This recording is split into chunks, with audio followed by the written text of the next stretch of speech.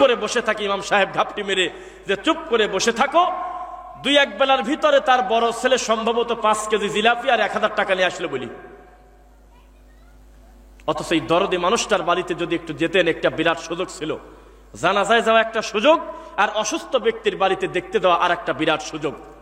কিন্তু এই সুযোগ আমাদের সমাজ নেয় না। এরা হলো মিলাদে বসে বসে কারণ ছাড়াই হু হু করে কাঁদতেছে, অথচ যার জন্য কাঁদতেছে সে বাড়িতে শুয়ে আছে। আর একটার ফজিলত নিয়ে আসছে আর এক জায়গা। কি করছে? বলতেছে ফজরের পরে আর মাগরিবের পরে যদি কেউ হাসরের শেষ দিনে পড়ে তাহলে তার এই ফজিলত আছে। কি বলবেন এখন বলেন? এরপরে বলতেছে মাগরিবের পর যদি অকিয়া পড়ে তাহলে তার রুজি আসমান থেকে আসবে। তো এতদিন কোন জায়গাতে আসে? শুনতেছেন কথা? মানুষ ইবাদত তৈরি করে, এটা আমি আপনাকে মিনিটে মিনিটে প্রমাণ করব ইনশাআল্লাহ। ফরিদপুরে একটা বিদাত চালু আছে, মরা মানুষকে দাফন করার পরে তারা কবরের উপর দাঁড়ায় আজান দেয়। শুনতেছেন? এই কথা বলে কে?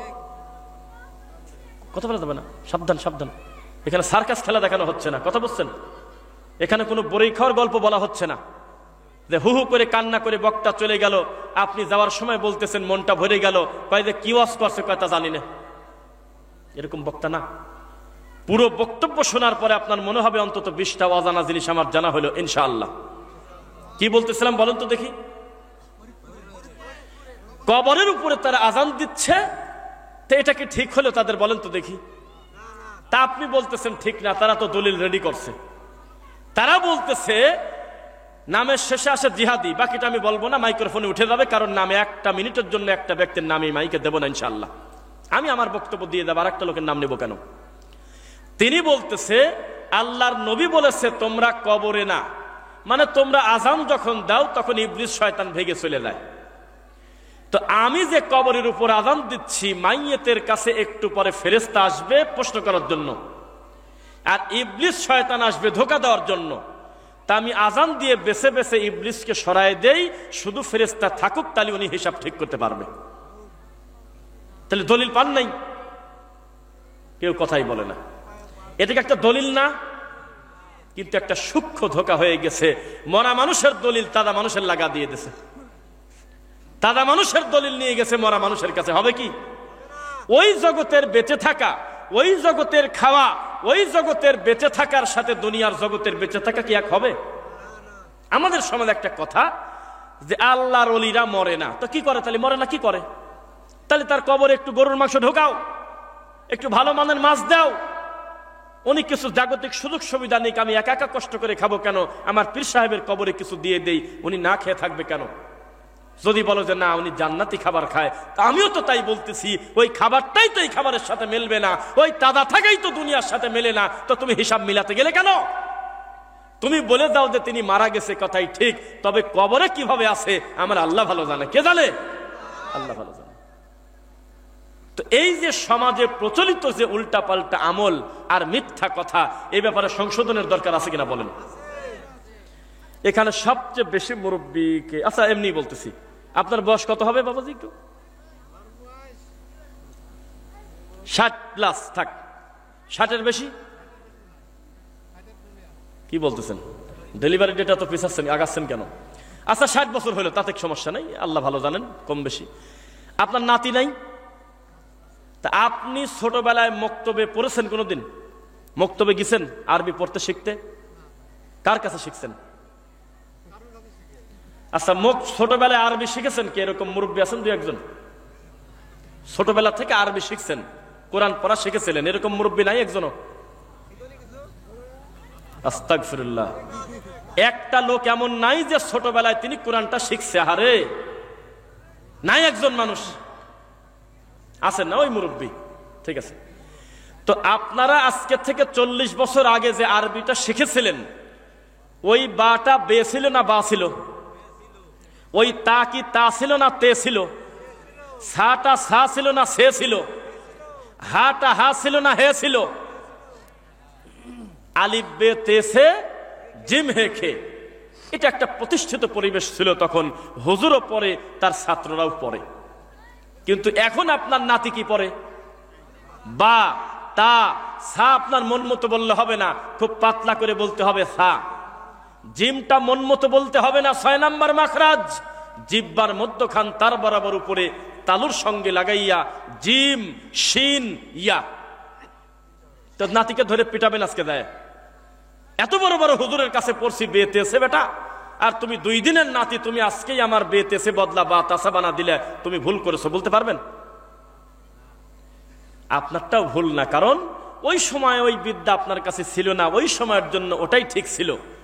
কিন্তু আধুনিক যুগে এসে আসল সত্য যখন মানুষ জানতে পেরেছে, তখন তার নাতির প্রশংসা করে, অমিল হলেও বলে আমার নাতি সুন্দর করে কোরআন পড়ে, কারণ সে বুঝে গেছে আমার বেতেছেটা ভুল ছিল, ওই সময়ের জন্য ঠিক ছিল, আল্লাহ মেনে নেবে, কিন্তু এখন আমি নতুন করে বেতেছে পড়ার সুযোগ নাই। বোঝা যাচ্ছে? ঠিক তেমনি ধর্মের নামে সমাজে বহু কিছু প্রচলিত ছিল, কিন্তু যখন আমরা এগুলোর বিরুদ্ধে দেখবো যে না আসলে এটা নবীর হাদিস না, তখন কি আমাদের রাগ করার দরকার আছে? আমরা নবীর কথা মানবো না মানুষের কথা মানবো? মুহাম্মদ সাল্লাল্লাহু আলাইহি ওয়াসাল্লাম বললেন যে সাধারণ তোমাদের কথা বাদ, আজকের দিনে মুসা নবী যদি আসতো, তোমরা আমাকে ছেড়ে যদি মুসাকে অনুসরণ করতে, তাহলে তোমরা সবাই জাহান্নামে চলে যেতে। তো মুসা নবী কি খারাপ লোক? উনি ভালো, শুধু ভালো না, প্রথম সিরিয়ালের নবীদের একজন রাসূল, তিনি আল্লাহর সাথে কথা বলেছেন। তবে মুহাম্মদ সাল্লাল্লাহু আলাইহি ওয়াসাল্লাম দুনিয়াতে আসার পর থেকে তার শরীয়ত এখানে আর চলতেছে না, তার সময় তারটা ঠিক ছিল। বোঝা যায় না? এখন যদি আপনি তাওরাত মানেন, কোরআনকে বর্জন করেন, তো জান্নাতে যাবেন না জাহান্নামে যাবেন? তা আপনি বলেন তো দেখি, তাওরাত খারাপ জিনিস? ভালো, কিন্তু চূড়ান্ত আসমানি কিতাব কোরআন আসার কারণে অতীতের সমস্ত বিধানগুলো রহিত হয়ে কোরআনই হয়েছে মূল কিতাব। বোঝা যাচ্ছে না? এখন হলো ঠিক তাই। এখন যদি মোবাইলে একটু লেখেন যে 100 সহিহ হাদিস, খালি সার্চ দিতে দেরি, আল্লাহর নবীর 100 সহিহ হাদিস আসতে দেরি না আছে? এখন যদি 5টা টাকা খরচ করে যদি লেখেন যে আল্লাহর নবীর হাদিস পবিত্রতা সম্পর্কে, সালাত সম্পর্কে, সিয়াম সম্পর্কে, দেখবেন যে হাজার হাজার সহিহ হাদিস এক সিরিয়ালে পাওয়া যায়, যায় কিনা? আর আগে 5 গ্রাম 7 গ্রাম মিলে ঘুরে বহুদূর গিয়ে একটা হুজুরের কাছ থেকে একটা ফতোয়া নিতে হতো, তাও সে হুজুরটা হলো মুন্সি মৌলবী। বোঝা কি যাচ্ছে? তাহলে এখন জানাটা সুবিধা হয়ে গেছে আমাদের। জানাটাকে সুবিধা হয় নাই? জানা সুবিধা হওয়ার পরে এখনো যদি আমাদের ভুলটা আমরা সংশোধন করতে না পারি, আমাদের কপাল ভালো না খারাপ? খারাপ। এখন আপনি আমাকে বলেন তো, সমাজে প্রচলিত যে বিদাতগুলো আছে, এই বিদাত কি ভালো না মন্দ? বিদাত করলে একটা সুবিধা, আমল কবুল হয় না। কি হয় না? আর মরার পরে একটা সুবিধা হলো নবীর কাছ থেকে হাউজে কাউসারের পানি পাওয়া যায় না। তাহলে কি ছোট পাপ না বড় পাপ? মান আমিলা আমালান লাইসা আলাইহি আমরুনা ফাহুয়া রাদ। কেউ কোনো আমল করলো, কেউ কোনো কর্ম করলো, কিন্তু এটা আল্লাহর নবী থেকে প্রমাণিত না, শরীয়তে ছিল না, তার যত সুন্দর হোক তা প্রত্যাখ্যাত, তা বাতিল। বোঝা কি যাচ্ছে? আল্লাহর নবী সাল্লাল্লাহু আলাইহি ওয়াসাল্লামের পদ্ধতিতে জুতা পায়ে দিলে নেকি আছে নাই? তার পদ্ধতিতে যদি টয়লেটে প্রবেশ করে কেউ, নেকি আছে? আছে কিনা? আছে। প্রত্যেকটা জায়গায় আমার রাসূলকে অনুসরণ করলে তার নেকি আছে কিনা বলেন? 17 নম্বর সূরা সূরা বনী ইসরাঈল, আয়াত নাম্বার হলো 36। আল্লাহ বলতেছেন, ওয়ালা তাকফু মা লাইসা লাকা বিহি ইলম। খবরদার, যেই বিষয়ে তোমার জ্ঞান নাই ওই বিষয়ে মন্তব্য করো না, আমল করো না। আমল করতে কি শিক্ষা দরকার আছে কিনা? ইলম দরকার আছে? ইলম ছাড়া কোনোদিন আপনি আমল করতে পারবেন না। কেন? উদাহরণ নেন। আপনি যেটাকে ভালো মনে করতেছেন, আসলেই যে সেটা ভালো, এটা ওহী ছাড়া বোঝা যাবে? ওহী লাগবে না? যার উপরে কোরআন নাজিল হয়েছে তিনি বলতেছে, শোনো, বিপদে পড়ে গেলে পড়বে লা ইলাহা ইল্লা আনতা সুবহানাকা ইন্নী কুনতু মিনাজ জালিমিন। তিনি 200 বারও পড়তে বলে নাই, তিনি বলছে পড়ো। কয়বার পড়বে তা আল্লাহ জানে, তোমার এমনি মন চাইছে তুমি পড়ো, আল্লাহর কাছ থেকে তুমি ক্ষমা প্রার্থনা করো। বিদাত কাকে বলে? তখন এই ডিজাইনটা পরিবর্তন করলো আমাদের দেশের হুজুররা, বলল যে এভাবে যদি 2-1 বার বললে আল্লাহ নাই শোনে। ইউনূস আলাইহিস সালাম কয়বার ডাকছে তা কোরআন হাদিসে কোথাও লেখা নাই যে 5000 বার। তা আমার কথা যদি নাই শোনে, তালি করো, সুলা নিয়ে আসো, বুট নিয়ে আসো, তেঁতুলের আটি, আরো কি বলে এইগুলো, আপনার বড়ই, এইগুলো নিয়ে আসে, ছোলা বুট কিনে নিয়ে এসে ওরা বলতেছে 1.25 লাখ বার পরে আমরা খতম বক্সাবো, নাউজুবিল্লাহ। এটাই হলো ওটি পন্ডিতি করার কারণে আল্লাহর নবীর সুন্নাত নিয়ে ঠাট্টা মস্করা করা। ছিল হলো সহজ, ইচ্ছা করে কঠিন করলেন কেন? ছিল হলো আল্লাহু আকবার, সালাতের সবচাইতে প্রথম শব্দ হলো আল্লাহু আকবার। এর আগে কোনো বাক্য নাই, যা আছে সেটা হলো মনের ভিতরে কল্পনার কথা, যে আমি ফজর পড়তেছি, আমি জোহর পড়তেছি, এটা আমার ভিতরগত ব্যাপার, এটা মুখে উচ্চারণ করে বলার কিছু না। কিন্তু আমাদের এটুক বললে হয় না, আমাদের আবার জায়েন আমাদের দোয়া লাগে, আমাদের আবার মানুষের তৈরি করা নাওয়াই তো লাগে, লাগে কিনা? আল্লাহর নবীর সালাত শেষ হতে আসসালামু আলাইকুম ওয়া রাহমাতুল্লাহ বলে, কিন্তু আমাদের এইটুকে চলে না, আমরা আবার এর সাথে সবাই মিলে গোল হয়ে আমরা একটা কান্নাকাটি শুরু করলাম, অথচ তখন আল্লাহর ঘরে কত মানুষ তারা জামাত পায় নাই, নাই? হতে পারে কিনা? এবার বলেন তো দেখি, আপনারা কি মসজিদে ঢুকে ইমাম খুতবা দিচ্ছে, এমত অবস্থায় ইমাম সাহেবের ডানে বামে একটা লাল বাতি জ্বলা দেখছেন কোনোদিন? দেখছেন? ওখানে কি লেখা থাকে?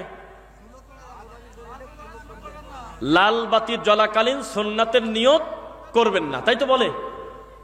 তো খুতবা দিচ্ছে কি নবী, তাই না? আপনারা যাদেরকে খুতবা দিতে দেখেছেন তারা কি নবী, সাহাবী? কে? এটা হুজুর, তাই তো। তো মুহাম্মদ সাল্লাল্লাহু আলাইহি ওয়াসাল্লাম খুতবা দিচ্ছে, রানিং জুমার খুতবা। এই খুতবা ঠেকায় দিয়ে এই যে আমার এই বাবা দিয়ে সে কেবল বসলো না, এদের লাস্টে আসলো দিন। তো আল্লাহর নবী বলতেছে কুম, আরবিতে কুম মানে কি? দাঁড়াও। কুম মানে দাঁড়াও। তো উনি বসা লোক দাঁড়ায় গেল। জি, আল্লাহর নবী বলল তুমি কি 2 রাকাত নামাজ পড়ে বসছো? তো বলে যে না, আপনি খুতবা দিচ্ছিলেন, আমি এসেই বসে পড়ছি। বোঝা যাচ্ছে না? কেননা লাল বাতি দেওয়া আছে আপনার মসজিদে, ওই রকম লোকজন বসে গেছে মনে করেন, কিন্তু নবীর মসজিদে তা দেওয়া নেই। তো নবী বলল দাঁড়াও। ইদা দাখালা আহাদুকুমুল মাসজিদ, তোমাদের যে কেউ যখন আল্লাহর ঘরে প্রবেশ করবে, টাইম যখনই হোক না কেন, লা ইয়াজলিস, আগেই বসবে না, হাত্তা ইউসাল্লা রাকাতাইন, 2 রাকাত নামাজ না পড়া পর্যন্ত। আমার কথা কি শুনতেছেন? 2 রাকাত নামাজ না পড়া পর্যন্ত তোমরা বসবে না। তখন লোকটা কি করলো? রানিং জুমার খুতবার মতো নবী খুতবা দিচ্ছে, উনি 2 রাকাত সুন্নাত পড়ে বসলো। আজকের দিনে অধিকাংশ সমাজে, অধিকাংশ মসজিদে আমার এই নবীর সুন্নাতটা মৃত না জীবিত? বুঝতেছেন কথা? নবীর কিন্তু ডিস্টার্ব হলো না যে লোকটা নামাজ পড়তেছে, কিন্তু আপনার হুজুরের ডিস্টার্ব হচ্ছে। এইবার দেখেন, আপনাদের এই সমাজের মসজিদে ফজরের নামাজে যখন রানিং জামাত চলতেছে আল্লাহর ঘরে, তখন বহু লোক বারান্দায় সুন্নাত পড়ে, মিথ্যা না সত্য? আপনারা সাক্ষী দেন, তাছাড়া আমি বলবো না। তো পড়েন না? পড়েন। কেন? কারণ ফজরের নামাজের আগের 2 রাকাত সুন্নাতের গুরুত্ব আসলেই আছে। আচ্ছা আচ্ছা, বসেন। যেমন মুহাম্মদ সাল্লাল্লাহু আলাইহি ওয়াসাল্লাম বলেছে, তোমরা যদি সফরে থাকো 4 রাকাত বিশিষ্ট ফরজ নামাজ তোমরা হাফ করে ফেলতে পারবে 2 রাকাত। বোঝা যাচ্ছে? তবে ফজরের আগের 2 রাকাত আর ভিতরের নামাজটা সফরে থাকতেও আমার নবী পড়তেন। গুরুত্ব আছে কিনা? গুরুত্ব আছে কিনা? তা আমাদের সমাজে এই গুরুত্বের উপর ভিত্তি করে হুজুররা একটা ফতোয়া ডেলিভারি দিয়েছে যে ফজর 1 রাকাত চলে গেছে, তুমি যদি ধারণা করো যে 1 রাকাত পাবে, তাহলে তুমি আগে বারান্দায় সুন্নাত চালাও। এরকম রোগী আছে নাকি আমাদের সমাজে? সুন্নাত পড়তেছে, ওইদিকে আল্লাহর ঘরে রানিং ফরজ চলতেছে। তো হুজুর একটা পৃষ্ঠা পড়েছে, আর একটা পৃষ্ঠা পড়ে নাই। যেই নবী সুন্নাতের এত গুরুত্ব দিল, সেই নবী আরেক হাদিসে বলতেছে, ইদা উকিমাতিস সালাহ ফালা সালাতা ইল্লাল মাকতুবাহ, একবার যদি ইকামত দেয় মুয়াজ্জিন, তাহলে তুমি সবকিছু বাদ দিয়ে ওই নামাজে ঢুকে পড়ো, কারণ ওই নামাজের নাম হলো ফরজ নামাজ। রুকুতে থাকলে দৌড় মারো, সেজদায় থাকলে চলে যাও, যে অবস্থায় থাকো না কেন, তাশাহুদের বৈঠকে বসলে কেবল আত্তাহিয়াত শুরু করলে মনে হচ্ছে যে অসুবিধা কি, রুকুতে যাওয়া পর্যন্ত আমি তো টাইম দিতে পারবো, ফাজলামো বাদ দিয়ে চট করে উঠে গিয়ে তুমি দাঁড়ায় দাও, ইনশাল্লাহ তুমি নেকি পেয়ে যাবে, কারণ নবীর সুন্নাত পালন করা লাগলো। কিন্তু যায় না, 1 রাকাত চলে যাচ্ছে ফরজ, উনি সুন্নত পড়তেছে। এটা হলো গরু বিক্রি করে খেয়ার কিনা। বোঝা কি যাচ্ছে? টাকা নাই, পয়সা নাই, গরুকে খাওয়াবে কি দিয়ে? সেই জন্যই গরুটাই বিক্রি করে খেয়ার কিনা। এটা কি এরা রোগীর কাজ না? গরুই বিক্রি করে দিচ্ছে। কিয়ামত পর্যন্ত সুন্নাত এক জায়গা করলে আমরা জানি না আল্লাহর একটা ফরজের সমান হয় কিনা, আল্লাহ ভালো জানে। অথচ সুন্নাত বারান্দায় পড়তেছে, এটা কি নবীর সুন্নাতকে হত্যা করা কিনা বলেন? তাহলে কে এই কথাটা বলবে কিনা? ওয়াজ মানেই তো খালি কানে হাত, যে যেভাবে গোল পরে মানুষ, এটা স্কিন ক্যান্সারের সম্ভাবনা। এখন তারা বুঝতেছে মুহাম্মদ তো এমনি এমনি বলে নাই সাল্লাল্লাহু আলাইহি ওয়াসাল্লাম। 1450 বছর আগে নবী বলেছে, তোমার এই বোতলের ভিতরে যদি পানি খাওয়া অবস্থায় মাছি পড়ে যায়, তুমি শরবত খাচ্ছ, শরবতের ভিতরে যদি মাছি পড়ে যায়, তুমি ভালো কিছু খাচ্ছ, এর ভিতরে যদি মাছি পড়ে যায়, মাছি কি সুন্দর জিনিস না খারাপ জিনিস? তাহলে তুমি এক কাজ করো, মাছিটা ধরে ফেলে দাও, তাই নাকি? কি বলছে বলেন? কি মাছিটা আর একবার ভালো করে চুবায়ে তারপরে ফেলে খাও। আজকের থেকে 1843 সালে ইহুদি খ্রিস্টানরা চিৎকার দিয়ে বলেছিল, কে বলেছে মুহাম্মদ মিথ্যা কথা বলে না? এই দেখো মিথ্যা কথা বলেছে, মুহাম্মদ একটা মিথ্যা কথা বলেছে, এটা অমানবিক কথা, এটা একটা নোংরা কথা, যে একটা নোংরা মাছি আমার পাত্রে মুখ দিল, আমি ফেলে দেওয়া বাদ দিয়ে নবী বলতেছে যে আর একটু ডুবায়ে খাও। আর আমি পারলে ফেলে দেবো, খাবো না, কারণ মাছি জন্ম নেয় হলো যে বাড়ির আশপাশে নোংরা তত বেশি, যে বাড়িতে পচা ভাত বেশি সে বাড়িতে মাছে মশা বেশি। কিন্তু মুহাম্মদ আবার কেমন পবিত্র, বলতেছে ওই পচা জিনিসটা আর একবার ডুবায়ে খাও, তার মানে এটা হলো নবী মিথ্যা কথা বলছে। তখন আপনার মুফতি খুঁজে পাইনি, তখন আপনার হুজুরদেরকে বলছিল এই চ্যালেঞ্জ কি নিবে? তোমার নবীর ব্যাপারে কটু মন্তব্য করে খ্রিস্টানরা। তখন হুজুর বলছিল আমাদের আরো কিছুদিন টাইম লাগবে, আমরা আরো ডিসিশন নিতে পারি নাই, নবী নূরের তৈরি না মাটির তৈরি। তখন বলছিল হুজুর কেউ কে চ্যালেঞ্জ গ্রহণ করবে, উইলিয়াম ক্যাম্পবেলের চ্যালেঞ্জ? তখন আমাদের দেশের হুজুররা বলছিল যে আমরা এখনো সিদ্ধান্ত নেই মিলাদকে দাঁড়া পড়বো না বসে পড়বো, হাত কি বুকে বাঁধবো না হাত ছেড়ে দেব, এটা এখন আমরা বুঝতে পারিনি, আমাদের আরো কিছুদিন টাইম লাগবে। ওদিকে তোমার নবীর ব্যাপারে কটু মন্তব্য করে। আমার সামনে যে কোরআন, এই কোরআনে 30টা ভুল ধরছিল, তার নাম ডক্টর উইলিয়াম ক্যাম্পবেল। মিথ্যা বললে এখনই নেটে সার্চ দেন, দেখছেন শিক্ষিত লোক দেখছেন। তখন কোন হুজুর মৌলবী খুঁজে পাইনি, কারণ হুজুর তো তাবিজ বেঁচে খায়, হুজুর তো ফাদাইলে আমল পড়ে, হুজুর তো বেহেশতে দেবর পড়ে, হুজুর তো কিচ্ছা কাহিনী পড়ে, হুজুর তো নোংরামি করে বেড়ায়, হুজুর তো তাবিজ বিক্রি করে খায়, হুজুর তো মোরা খেয়ে বেড়ায়। হুজুর বুঝতে পারে নাই এই কোরআনের গুরুত্বটা কত, এই কোরআন সবচেয়ে দামি বিজ্ঞানময় কথা, ইনি এখনো গবেষণা করে নাই। যখন আল্লাহ সুবহানাহু ওয়া তাআলা কাকে না কাকে দিয়ে তো খেদমত নিবেন, যখন দেখলে টুপিওয়ালা এত বড় বড় জুব্বাওয়ালা দিয়ে কাজ হলো না, তখন আল্লাহ একটা প্যান্ট শার্ট পরা মানুষকে দিয়ে সারা পৃথিবীতে খেদমত নেছে কিনা বলেন? তখন আবার আমাদের দেশের হুজুররা চায়ের দোকানে দোকানে বসে বলতেছে উনি খ্রিস্টান। কোন বিপদ বল, কথা কি বুঝতেছেন? এখন বিজ্ঞান মাত্র 50 বছর আগে তারা ফরেনসিক ল্যাবে মাছির ডানা ঢুকায় দিয়েছে, মশার ডানা ঢুকায় দিয়েছে, যে আচ্ছা মুহাম্মদ সাল্লাল্লাহু আলাইহি ওয়াসাল্লাম কারণ ছাড়া তো কোনো কথা বলে না, মনে হয় কোনো একটা ব্যাপার আছে, কারণ উনি কোনো কথা বলেছে তার পিছনে কারণ নাই, তা হতেই পারে না। এর আগে কত চেষ্টা করছি ভুল ধরতে পারি নাই, মনে হয় কিছু কারণ আছে। আচ্ছা ময়লাওয়ালা মাছির ডানাটা একটু ফরেনসিক ল্যাবে ঢোকাও তো দেখি। ঢোকায় তারা একটা ডানায় ময়লা পেয়ে বলতেছে দেখছো দেখছো ময়লা পেলাম। আর একটা ডানা যখন পরীক্ষা করলো, অথচ দুইটাতেই ময়লা ছিল। এখন তারা ডুবায় দেখে আল্লাহু আকবার, একটা ডানাতে ছিল ময়লা আর একটা ডানায় ছিল সেই ময়লার ওষুধ। সুবহানাল্লাহ। তো মুহাম্মদ সাল্লাল্লাহু আলাইহি ওয়াসাল্লামকে মানবেন না, খালি 12ই রবিউল আউয়ালে হু হু করে কাঁদবেন আর মিছিল করবেন, 10ই মুহররমের জিলাপি খাবেন আর 27শে তারাবির দিন খতম বক্সাবেন। জান্নাতটা তো সস্তা কথা নাকি? নবীর সব কথা মানতে হবে, রাসূলের প্রত্যেকটা নীতি আদর্শ মেনে নিতে হবে, নইলে আপনি টিকতে পারবেন না। আমাদের সমাজে দুই ধরনের হুজুরদের বক্তব্য খুব ভালো চলে। এক, কারণ ছাড়াই যারা মানুষকে গালাগালি করে, ও কাফের, ও ইহুদির দালাল, ও মুনাফিক, ওকে ধরো, ওই মন্ত্রীকে মারো, এই অমুক করছো, অমুককে জুতা পেটা করো, এইরকম ঠিক কিনা বলেন? হু হু করে যারা কারণ ছাড়া মানুষকে খেপায় দেয়, আগুন জ্বালাও, রাস্তা বন্ধ করো, এই সমস্ত কথা যারা বলে, তাদের বক্তব্যে দেখবেন হুজুর নাই থামতে বলে আল্লাহু আকবার, এরকম চলে। আর এক শ্রেণীর চলে, কানে হাত দিয়ে হুজুর খালি কাঁদিয়ে চলে যাচ্ছে, হুজুর দেখি বলতেছে তা হুজুর জানে না, শ্রোতা তো বহু দূরের কথা, লোকজন শুনতেছে হা করে। কিন্তু যারা মানুষের জীবন ঘনিষ্ঠ বিষয় নিয়ে কথা বলে, আমলিয়াত বিষয়ে কথা বলে, তাদের বক্তব্য খুব একটা ভালো লাগে না। বোঝা কি যাচ্ছে? এ জাতি কত অসভ্য জানেন? এই জাতি কত অসভ্য! পদ্মা সেতু পার হবেন ওই পার থেকে এই পার, এসে একটা সেলফি দিয়ে হোক, এমনিতেই যদি একবার লেখেন আলহামদুলিল্লাহ আমরা এমন একটা জিনিস পেয়েছি, আল্লাহর শুকরিয়া আদায় করি, এ কথা বললে বলবে তুমি মনে হয় উলামা লীগ করো। মেট্রো রেলের সামনে একটা আলেম মানুষ সেদিন দেখলাম, যখন উদ্বোধন হলো তার পরপর উনি বলল, দীর্ঘদিন জ্যামে ছিলাম, আল্লাহর ইচ্ছায় একটা সুন্দর জিনিস হলো, দিয়াবাড়ি থেকে চোখের পলকে আমি মতিঝিল চলে যাচ্ছি। এখন নিচে লেখছে, আগেই তো জানতাম তুই সরকারের দালাল। জাতীয় সভ্য। ভালোকে ভালো বলা যাবে না, মন্দকে মন্দ বলা যাবে না। যখন শরীফ শরীফা ইস্যু আসবে তখন মুসলমান চিৎকার দিয়ে খারাপকে খারাপ বলবে, যখন দেশের ভালো কোনো উন্নয়ন হবে তখনও মুখ দিয়ে বলতে হবে আমরা শুকরিয়া আদায় করি, আসলে জিনিসটা দরকার ছিল। ওই বরিশালবাসী বোঝে, কত লাশ পড়েছিল, কত অসুস্থ ব্যক্তি মরে গেছে ঘাটে, কত ওয়াজ করতে গিয়ে 2 দিন ঘাটেই পড়ে থাকছি, কুয়াশাও যায় না, ওপার ওপার হতে পারি না। আমরা বুঝতেছি এই পদ্মা সেতুর মাধ্যমে আল্লাহ আমাদের কত সুবিধা করে দিয়েছেন।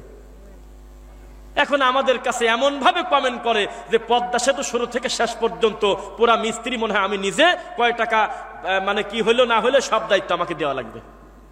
জাতি খারাপ। ভালোকে ভালো বলা যায় না। এই সমাজের সবচাইতে ভালো কথা যে হুজুর বলে সেই হুজুরের গ্রামে টিকতে পারবে না। সরাসরি কোরআন থেকে আর হাদিস থেকে বক্তব্য দিয়ে আমাদের দেশের হুজুরদের 3টা জুমার খুতবা টিকবে না। সমাজে মিলেমিশে চলতে হবে। তার মানে সরিষার তেল, petrol, palm oil, diesel, kerosene, octane সবকিছু মিশায় ফেলো, নোংরা বানাও, এটা হলো সমাজের নীতি। কিন্তু আল্লাহ যা বলেছে, নবী যা বলেছে হুবহু সেটা বলা যাবে না। এর নাম হলো এই দেশ। বোঝা কি যাচ্ছে? তাই তো জওহরলাল নেহরু আফসোস করে বলেছিল, ও বাংলা ভাষাভাষী মুসলিমরা, তোমরা নিশ্চিত থাকো তোমরা আর আমরা কোনো পার্থক্য নাই, আমরা সব একই, খালি নাম আলাদা। তোমরা মুসলমান, আমরা হিন্দু।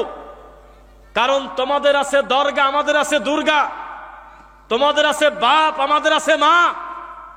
আমরা মাটির উপরে আকৃতি দিয়ে তার কাছে কিছু চাই, তোমরা মাটির নিচে গাড়ি, তার কাছে কিছু চাও, একই তো কথা। সেই জাত কত ভালো ধর্ম পালন করে বুঝতে তো হবে। আমরা যখন এই কথাগুলো বলি আমাদেরকে বলে 2 জনের হুজুররা কি বলছে, বড় বড় পীর, বড় বড় বাবা আমাদের দেশে ধর্ম প্রচার করতে আসতো, কত বড় বড় বুজুর্গ চলে গেছে, তোমার বুজুর্গ ছোট ভার সম্পত্তি লিখে নেছে। তুমি কত সহজ সরলতা বুঝি।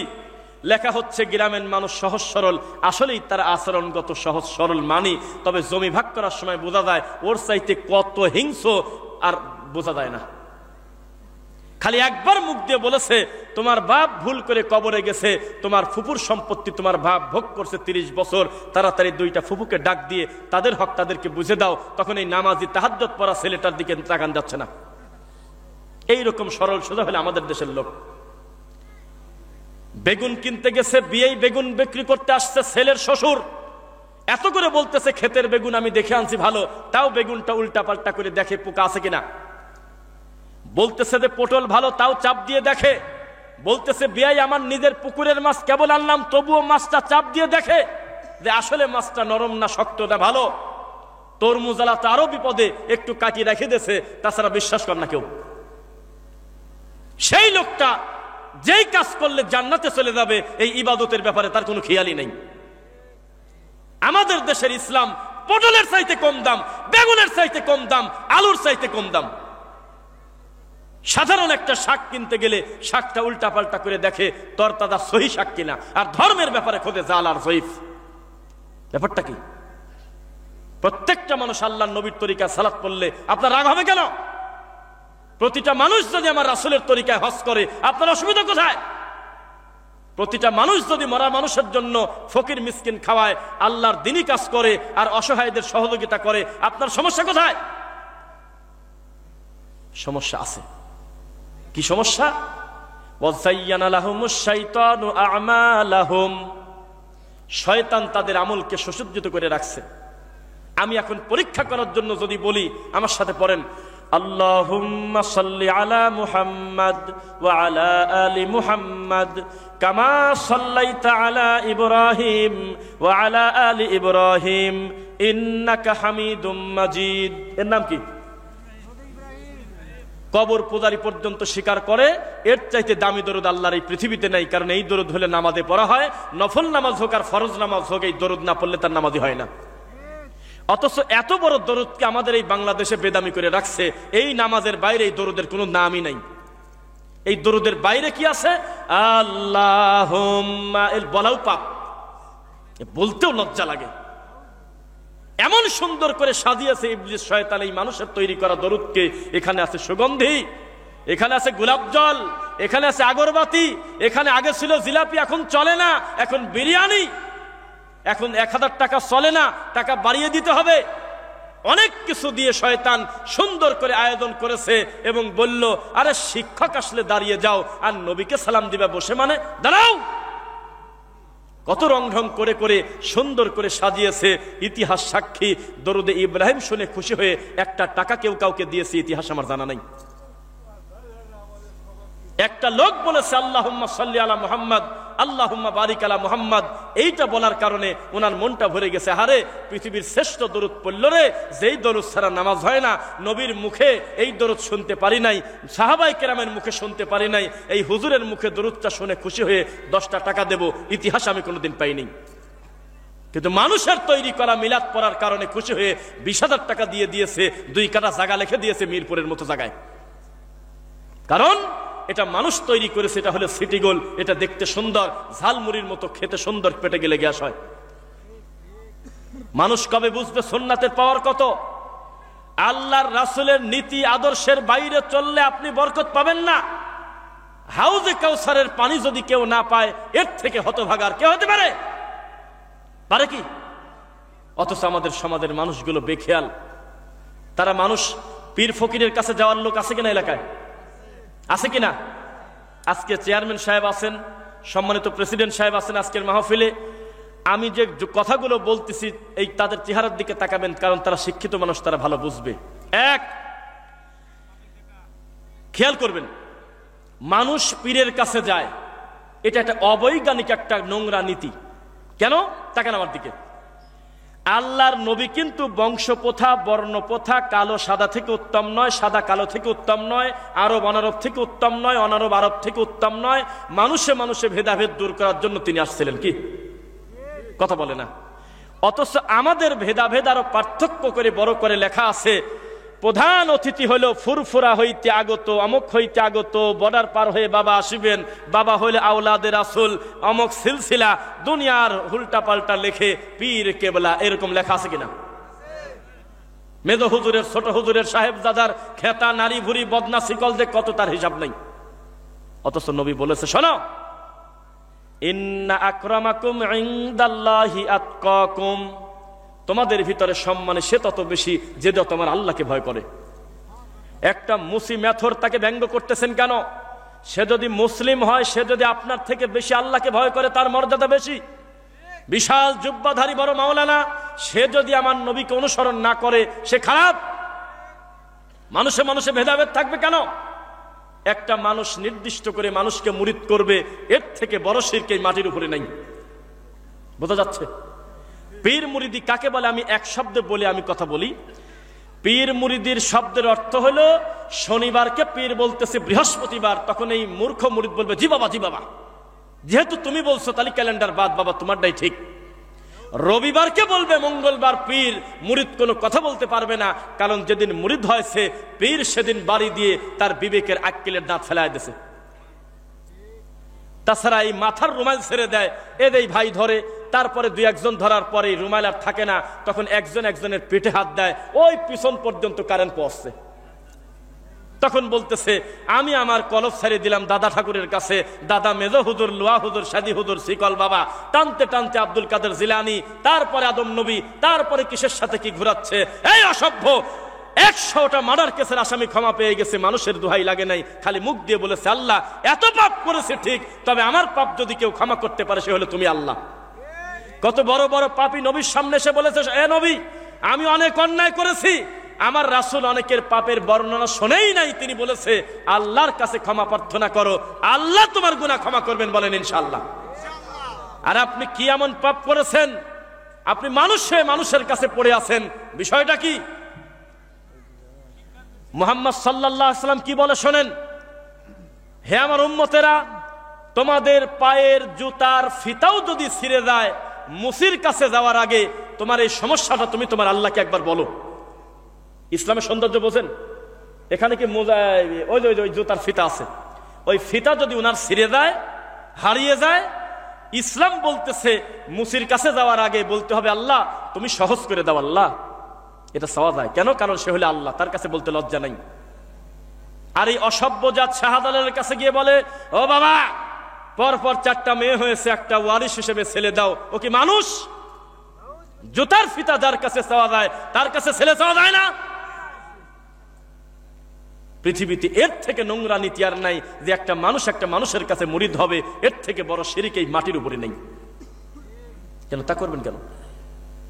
কারণ মুহাম্মদ সাল্লাল্লাহু আলাইহি ওয়াসাল্লাম তার মেয়ে ফাতেমাকে বলতেছে, মারে, আমি বেঁচে থাকা অবস্থায় দুনিয়ার কিছু লাগলে আমার কাছ থেকে চেয়ে নাও, আমি মরার পরে মুহাম্মাদের বেটি হিসেবে আলাদা কোনো সুযোগ সুবিধা পাবে না।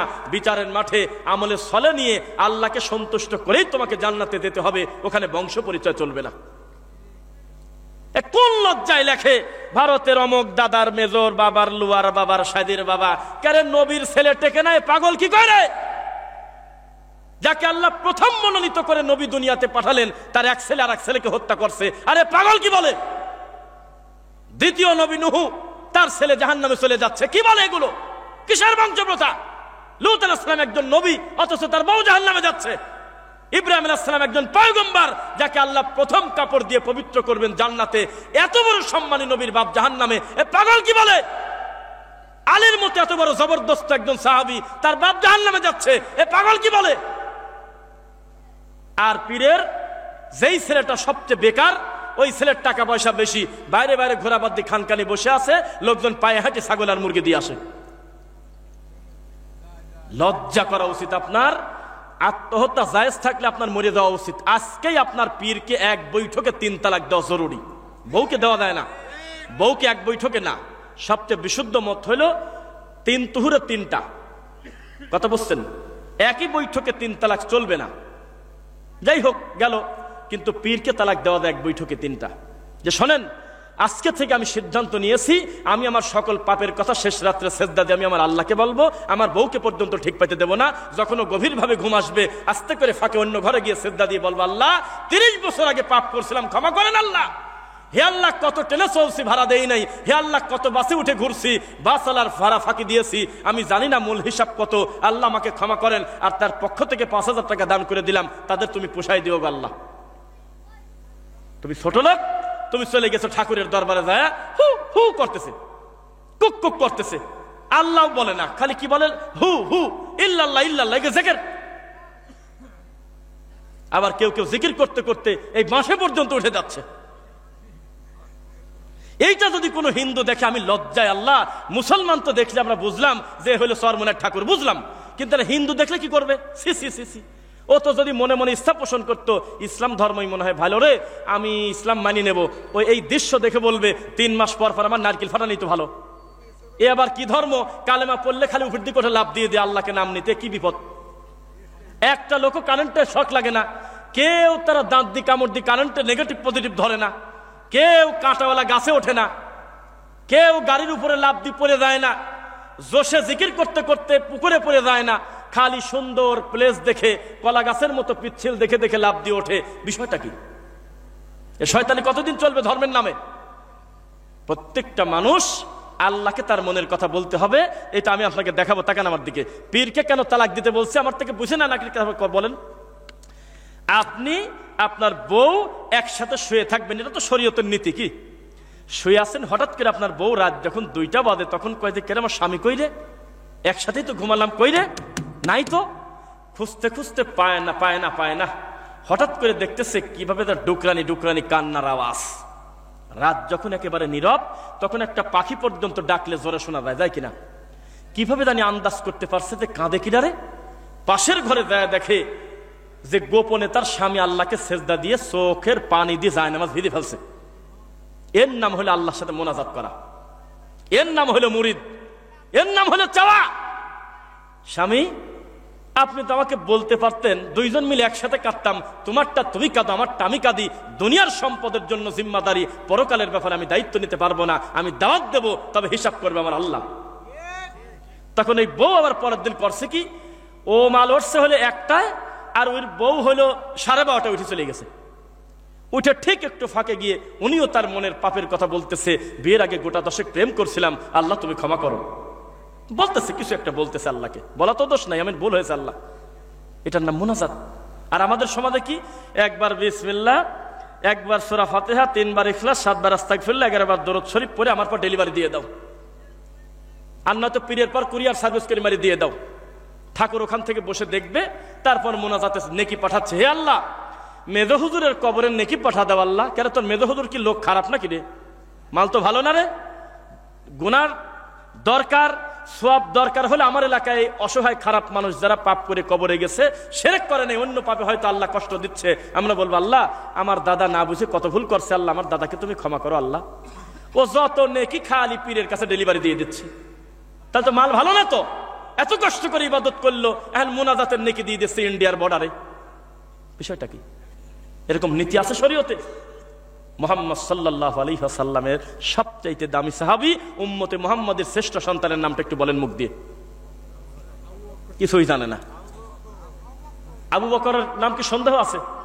সে আবু বকর একদিন উটের উপরে বসে আছে, তো উটের নাকের থেকে রশি খুলে পড়ে পড়ে যাচ্ছে, রশি থাকে না নাকে লাগছি, তো উমার আবু বকর রাদিয়াল্লাহু তাআলা কি করলেন, ডান হাত দিক গোতা মারে পার পর উরু রানের উপরে, হাঁটুর উপরে, তখন এই আপনার উটটা কাত হয়, তখন টান দিয়ে তোলে আবার। এই দৃশ্য যখন 3 বার হয়েছে, তখন সাহাবায়ে কেরাম আমার সহ্য করতে পারেন, এই বলতেছে সুবহানাল্লাহ, কি করতেছেন আপনি, আপনি প্রেসিডেন্ট, আপনি ইশারা করলে টান দিয়ে এই মুহূর্তে আমরা রশিটা তুলে দিতাম, এতে কি এমন অন্যায় হতো?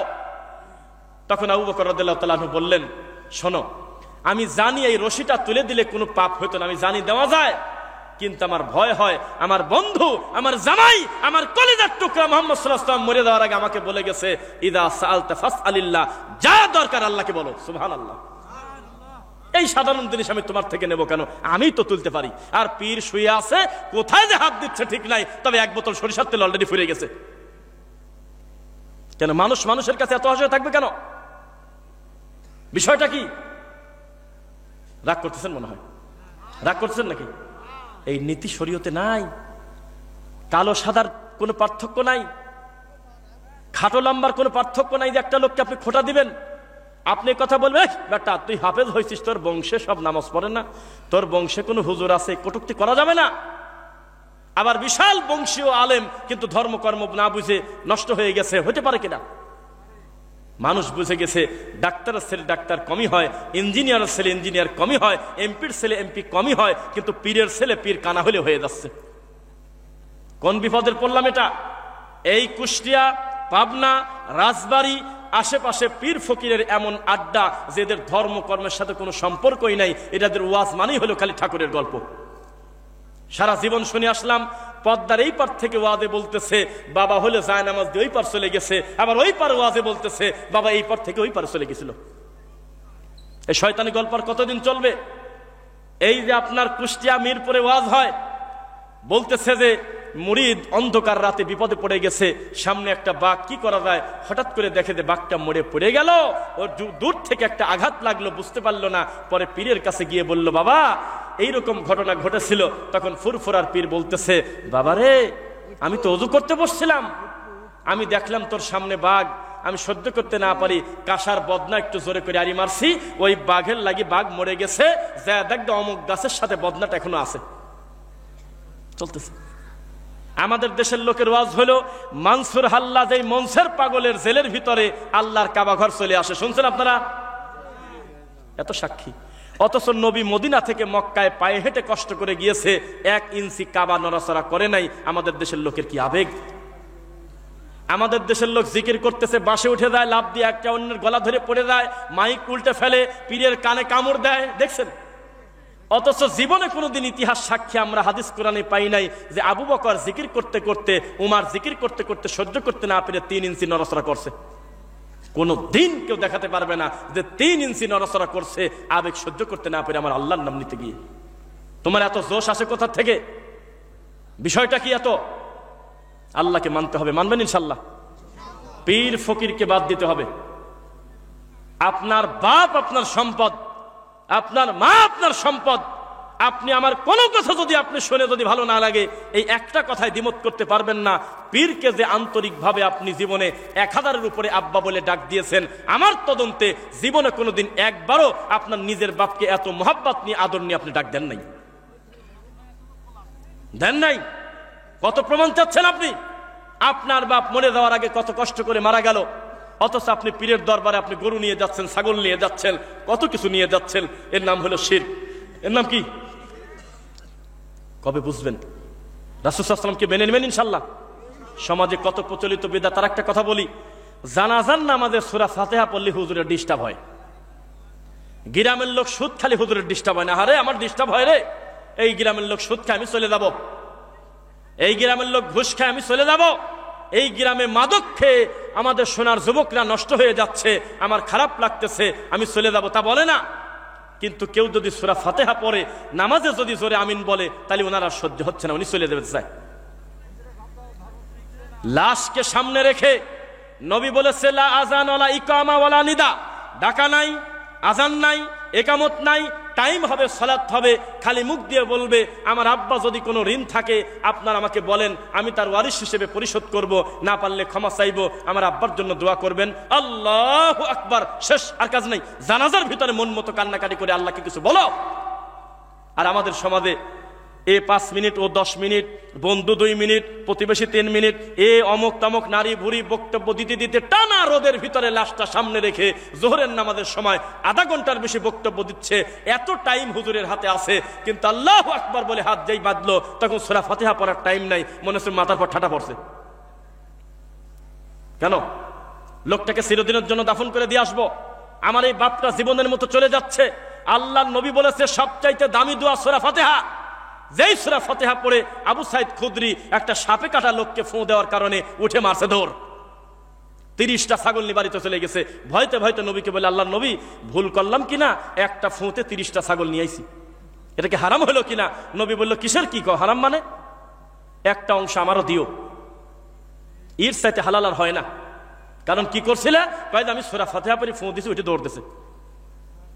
তোমার ফাতিহা পছন্দ হলো না?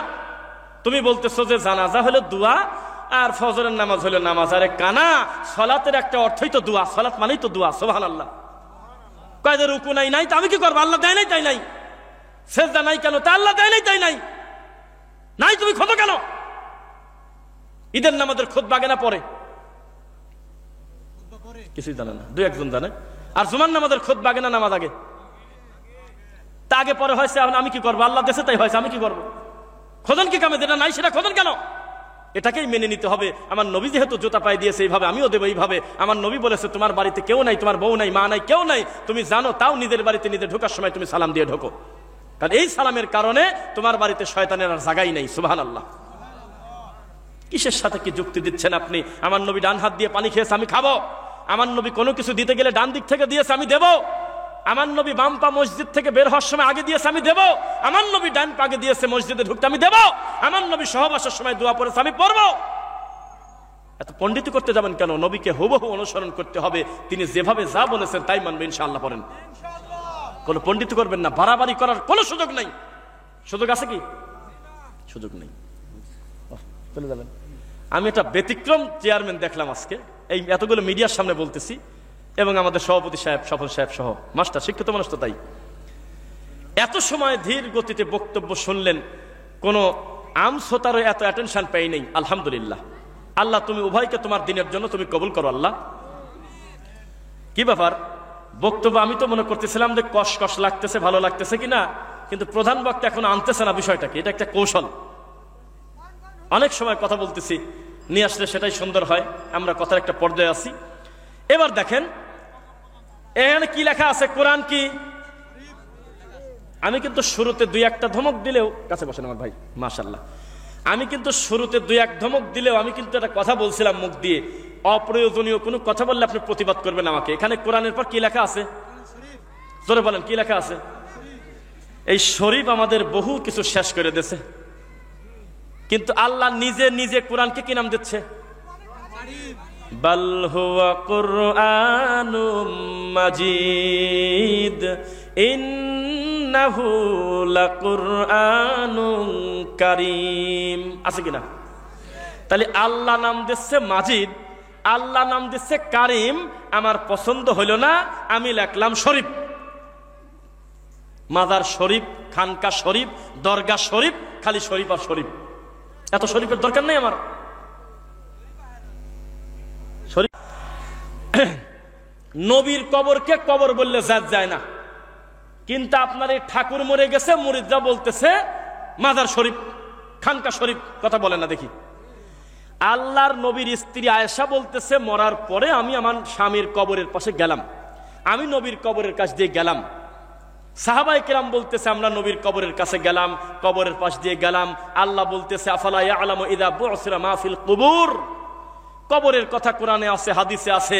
কোনদিন দুনিয়ার সবচেয়ে দামি মানুষের নাম মুহাম্মদ সাল্লাল্লাহু আলাইহি সাল্লাম, তার কবরকে সারা জীবন সাহাবায়ে কিরাম কবর বলেছে। আরে গরু মারিয়ে দেছে, কেউ জানেই না যে ভিতরে কেউ আছে কিনা কোনো মাল, উপরে বলতেছে যে এটা একটা মাজার শরীফ।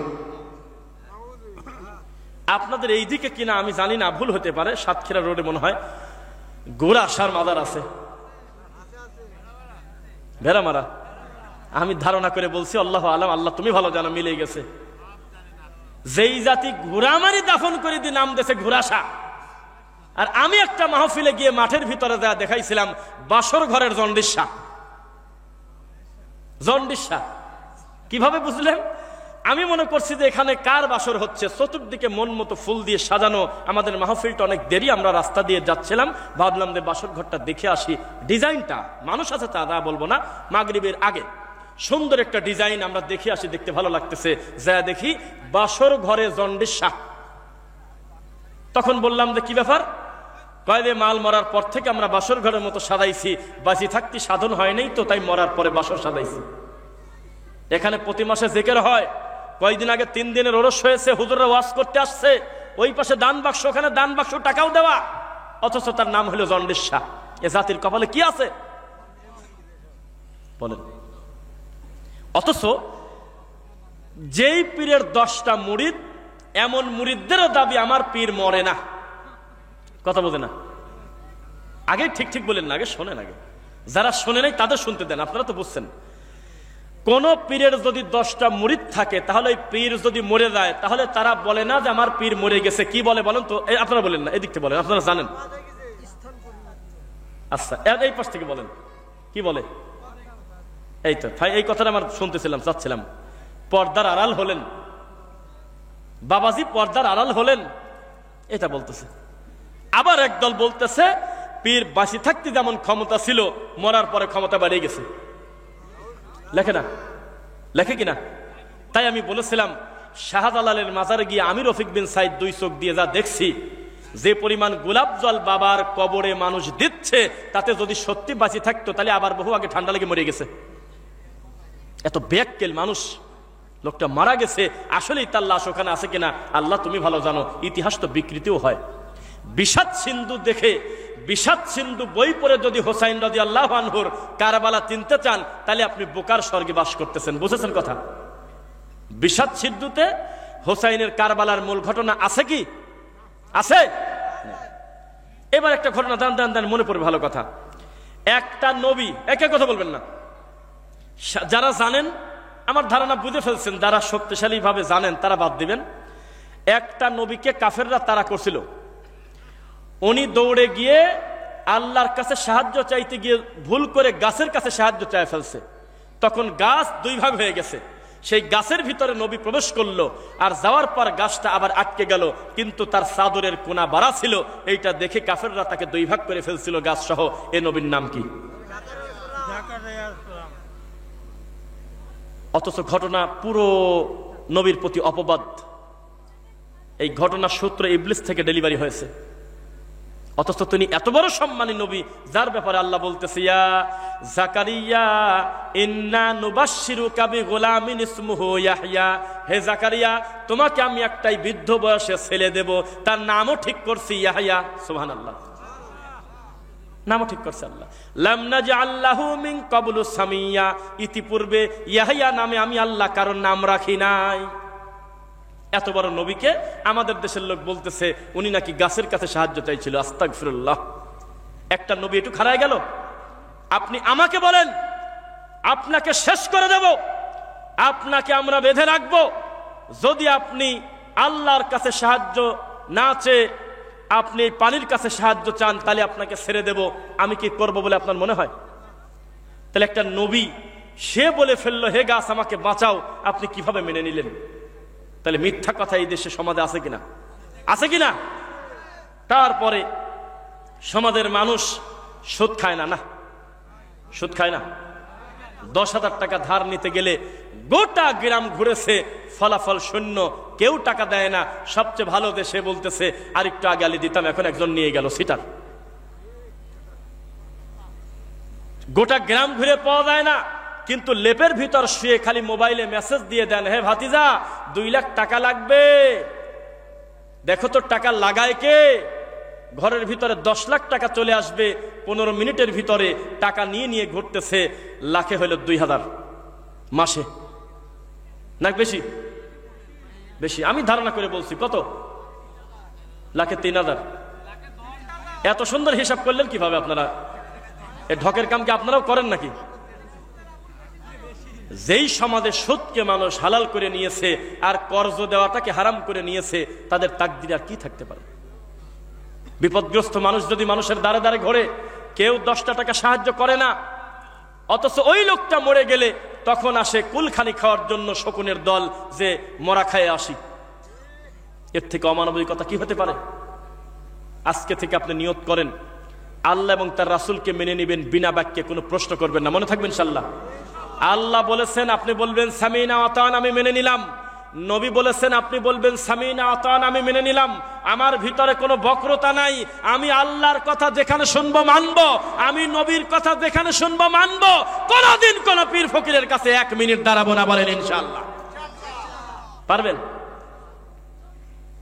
কোনদিন শরীয়তে এই ধরনের নীতি নাই। একটা মানুষ মানুষের কাছে মুরিদ হয়ে বলবে আমি আমার বাবার কাছে মুরিদ হলাম, এর থেকে নোংরামি কি হতে পারে? আবার একটা কথা বলি, আবু জেহেলের নাম শুনেছেন আপনারা? আবু জেহেলের নাম শোনেন নাই? আচ্ছা, পৃথিবীতে কোনোদিন আপনার 2 চোখ দিয়ে আবু জেহেল নামে কোনো লোক দেখছেন সরাসরি? কারো নাম রাখা আছে আবু জেহেল, এরকম দেখেছেন? দেখছেন না?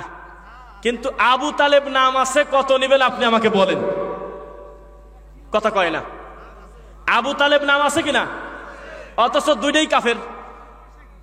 কথা তো বোঝে না। আবু জেহেল কারো নাম আছে বলেন? আছে। কিন্তু আবু তালেব নাম আছে, আছে কিনা?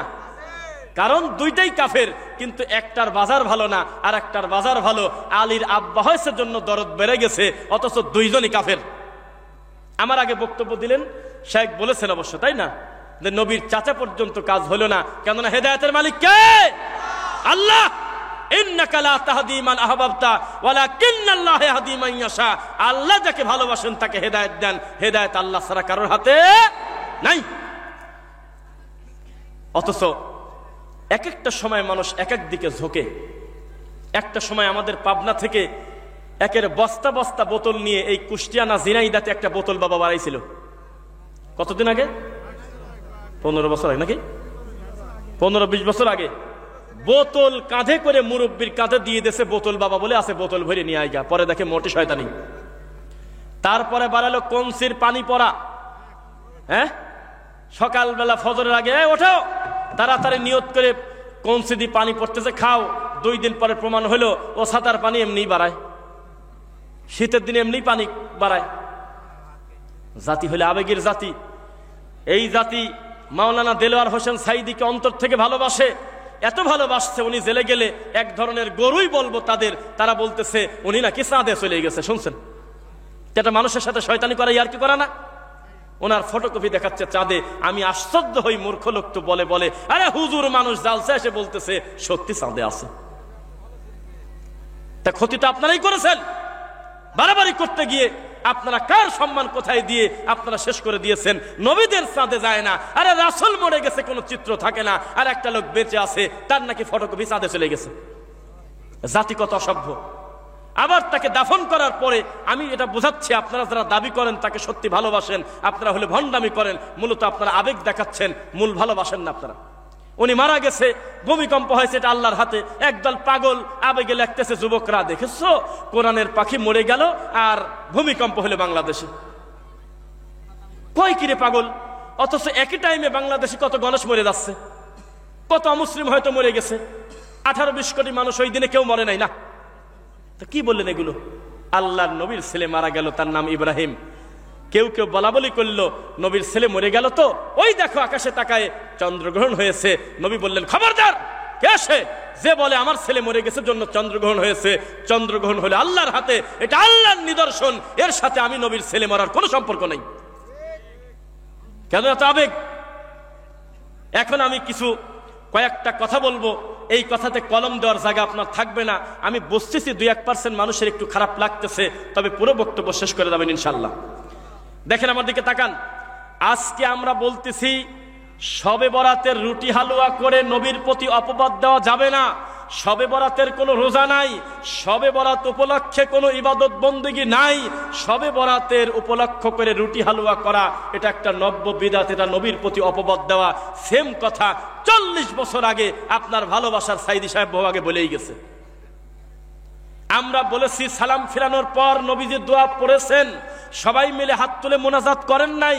তিনি পড়েছেন আস্তাগফিরুল্লাহ, তিনি পড়েছেন আল্লাহু আকবার, তিনি পড়েছেন আল্লাহুম্মা আনতাস সালাম, তিনি পড়েছেন আয়াতুল কুরসি, তিনি পড়েছেন আল্লাহুম্মা আইন্নি আলা যিকরিকা ওয়া শুকরিকা ওয়া হুসনি ইবাদাতিক, তিনি পড়েছেন আল্লাহুম্মা লা মানি আলিমা আ'তাইতা ওয়ালা মু'তি আলিমা মানা'তা ওয়ালা ইনফাউযাল জাদ্দি মিনকাল জাদ, তিনি পড়েছেন 33 বার সুবহানাল্লাহ, তিনি পড়েছেন 33 বার আলহামদুলিল্লাহ, তিনি পড়েছেন 34 বার আল্লাহু আকবার অথবা 33 বার আল্লাহু আকবার, তিনি পড়েছেন লা ইলাহা ইল্লাল্লাহু ওয়াহদাহু লা শারীকা লাহু লাহুল মুলকু ওয়া লাহুল হামদু আলা কুল্লি শাইইন কাদির।